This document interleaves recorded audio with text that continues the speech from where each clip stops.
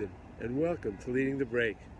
Today's segment is part of our series, The Big Assist, Athletes Helping Others. I'm pleased that our guest today is Alysha Clark, a professional basketball player with the Las Vegas Aces in the WNBA.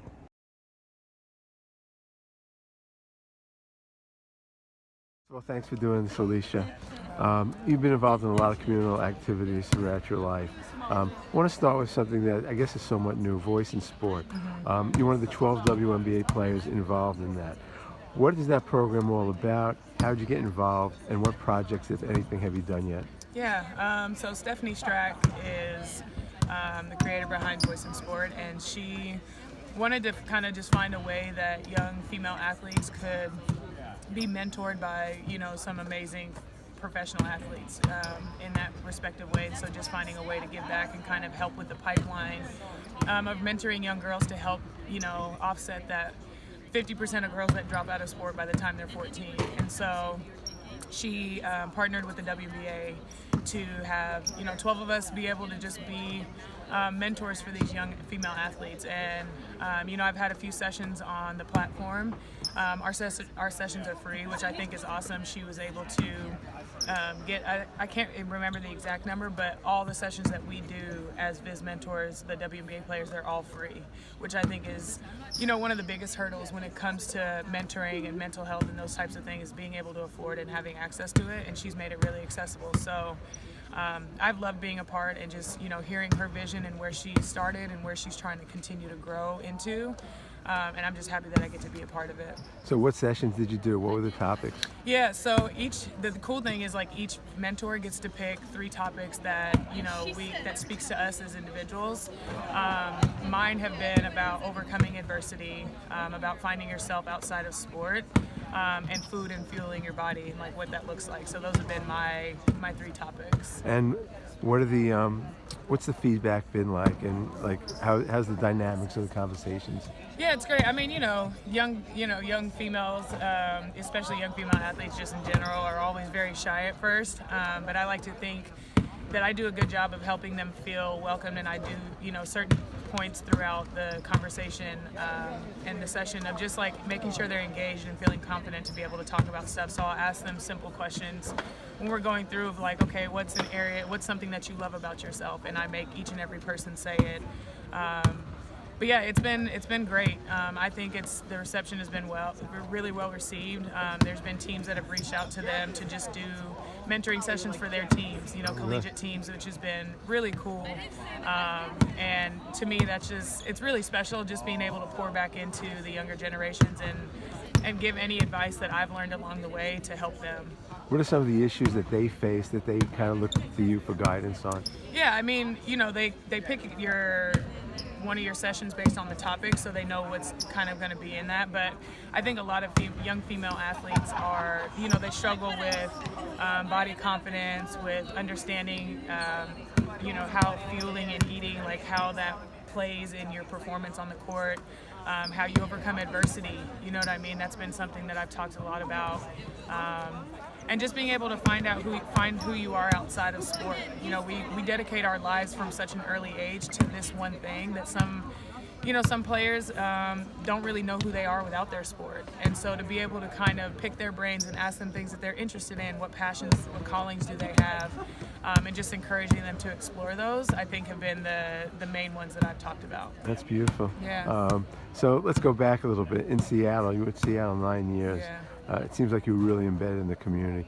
You did a lot of work with the Seattle Children's Hospital, toy drives, visiting families. Talk about that. Yeah, one of our season ticket holders that became a good friend of mine, Kim Stetson, she was a nurse there at the hospital, and one of our season ticket holder events, she knew that I love just being able to pour into kids, and she was like, would you want to come have a visit at the hospital? And I was like, I would absolutely love that. And so she orchestrated that my first couple of years that I was there, and within those visits I had conversations with families, with the nurses there, asking what they needed, what their days were like, and trying to figure out a way that I could fill in those gaps in whatever way that looked like. And that's kind of how the idea of the toy drive was born. And so to know that it's still going on to this day, and having Ezzy, who's taken over that, is really special. And Ezzy has such a beautiful heart, and she's so caring. And so to have somebody, essentially pass the torch to carry that tradition on, I think is really special, because at the end of the day, that's really needed in that hospital. And so to know that the Storm organization and that community has kept that up, it's everything you could ask for. I mean, you guys collected like thousands of toys, Yeah. right?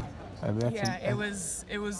I was blown away. I think for so many of us, we're bogged down with what's on the news, and everything seems so negative. And that starting that toy drive and seeing just the beauty of our fans, of people not in the community wanting to help, I think was just a nice boost for everyone to see. Like, there's so much goodness out there. There's so many good people out there. And so to be able to cultivate a cause that, kind of highlights that, I was really, really proud of that. And so I'm just forever grateful for everyone that supported that, still supports it to this day. I got to bring some of my teammates when we went to Seattle. We went to have a visit, and we donated to the dialysis unit on behalf of myself and our organization. But it's been a blessing to see it continue and just see it grow the way that it has. That's awesome. I'm assuming the kids and the families, seeing a person, of your reputation, your stature, that's a big deal to them, I have to imagine. Yeah, and again, just being able to allow them to feel like kids, allow them to feel normal, not feel like their diagnosis or their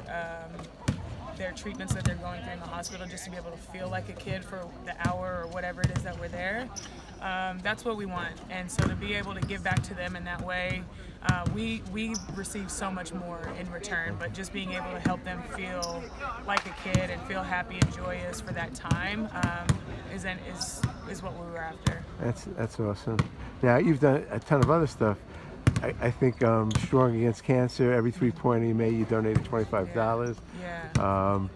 You were involved in a leadership session at the Swedish hospital. Yeah. I think there was an academy of the Seattle Academy for the Blood Works, yeah. the Blood Works, Northwest. Yeah. Talk about some of those things. It was great. I mean, being able to do those types of events and just give back to the community. Any community that I'm in, I always want to make sure that I'm using my platform to help elevate causes in the area, help elevate issues that may be going on a grander scale, like I did when I was in DC around book banning. So just being able to kind of, whatever is needed in those spaces, find ways to be able to use my platform to help elevate. Last question. What inspired you to do all this? Was there a seminal moment? Was it your parents, your upbringing? I definitely think it's attributed to my upbringing. My parents were always making sure others felt welcome, making sure others felt taken care of and seen. And I remember early on in my career, like my second year, I was like, if I can make one person smile, if I can make one person feel validated or heard or seen, I wanna do that. And so that's kind of always been my mindset as I've gone through my career. For me, I'm a servant at heart, and I'm a believer. So to be able to know the way that God served and be able to kind of emulate and represent His character through what I'm doing is what I always aim and aspire to do.